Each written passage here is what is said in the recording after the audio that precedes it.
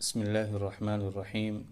اللہ نے اسلام کی بنیادیں 5 چیزوں کو بنایا ہے، ان میں سے ایک بنیاد روزہ ہے، اور اللہ کا یہ شکر ہے کہ اللہ رب العزت نے ہم سب کو اس مہینے میں، اس ماہ مبارک میں پہنچایا ہے، اور یہ ماہ مبارک ہمیں عطا فرمایا ہے۔ روزے کی فضیلت قرآن میں بہت زیادہ ہے، اور حدیثوں میں بھی اس کی فضیلت بہت زیادہ بیان کی گئی ہے۔ ایک اچھا مسلمان، ایک قابل مومن وہ ہے جو اس روزے کو رکھنے کا اہتمام کرے۔ آج کے دور میں دیکھا جاتا ہے کہ کچھ مشقتیں انسانوں کو پیش آتی ہیں، یعنی کہ انسان رزق کے حصول کے لیے طرح طرح کی مصیبتیں برداشت کرتا ہے، مشقتیں اٹھاتا ہے، لیکن ان مصیبت اور ان پریشانیوں کو بہانہ بنا کر کے روزہ نہ رکھنا، یہ ایک بڑی کم مائگی کی بات ہوگی، بدقسمتی کی بات ہوگی، ہے نا۔ کہ بہت سارے لوگوں کو یہ کہتے ہوئے سنا ہے یا دیکھا گیا ہے کہ میرا کام بڑا مشقت بھرا ہے، اس میں بڑی تھکن ہوتی ہے، انسان تھک جاتا ہے، اس وجہ سے ہم روزہ نہیں رکھ پاتے ہیں۔ تو اس طرح کے بہانے کر کے روزہ چھوڑنا ایک ہمارے لیے بدقسمتی کی علامت ہوگی، کیونکہ روزے دار کی خوشبو اللہ کے نزدیک بہت زیادہ پسندیدہ ہے۔ اللہ نے جنت میں ایک دروازہ بنا رکھا ہے، باب الریان، جس میں سے روزے دار ہی اس دروازے سے داخل ہوں گے۔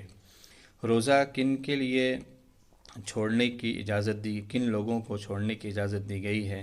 تو فرمایا گیا کہ اگر بہت زیادہ انسان بیمار ہو، کہ روزہ رکھنے سے اس کی بیماری بڑھنے کا امکان ہو، کسی اچھے ماہر ڈاکٹر کی تجویز کی بنیاد پر، کہ کسی ڈاکٹر نے کہا ہے کہ اگر آپ نے روزہ رکھا تو آپ کی بیماری بڑھ سکتی ہے، اور اس کا یقین ہے، تو پھر ان کے لیے روزہ کو ترک کرنا درست ہوگا، ان کو اجازت ہوگی۔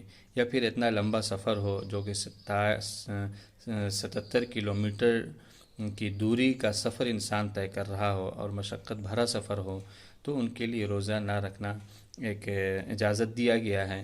لیکن آج کے دور میں دیکھا جائے کہ آج کے دور میں بہت سارے انسان سفر کرتے ہیں، لمبے سفر ہوتے ہیں، لیکن بہت ساری کنڈیشنز ہوتی ہیں۔ انسان روزے کے اس فضیلت کو حاصل کرنے کے لیے اگر ہم اے سی کی کوچوں میں سفر کر لیں یا اے سی کا انتظام کر لیں تو ہمارا سفر آسان ہو سکتا ہے۔ اجازت تو بہرحال ہے، لیکن اگر ہم اس میں مشقت تھوڑی سی برداشت کر کے اگر روزے کو رکھ لیں تو یہ ہمارے لیے بہتر اور افضل ہے۔ تو روزہ ہمیں ہر حال میں رکھنا چاہیے، اس کا اہتمام کرنا چاہیے۔ تھوڑی تھوڑی سی پریشانی اور مشقت اور تھوڑی بیماری کے باعث روزہ کو ترک کرنے سے بچنا چاہیے۔ تو اللہ رب العزت سے دعا ہے کہ اللہ رب العزت ہمیں اس روزے کو پورے اہتمام کے ساتھ روزہ رکھنے کی توفیق عطا فرمائے۔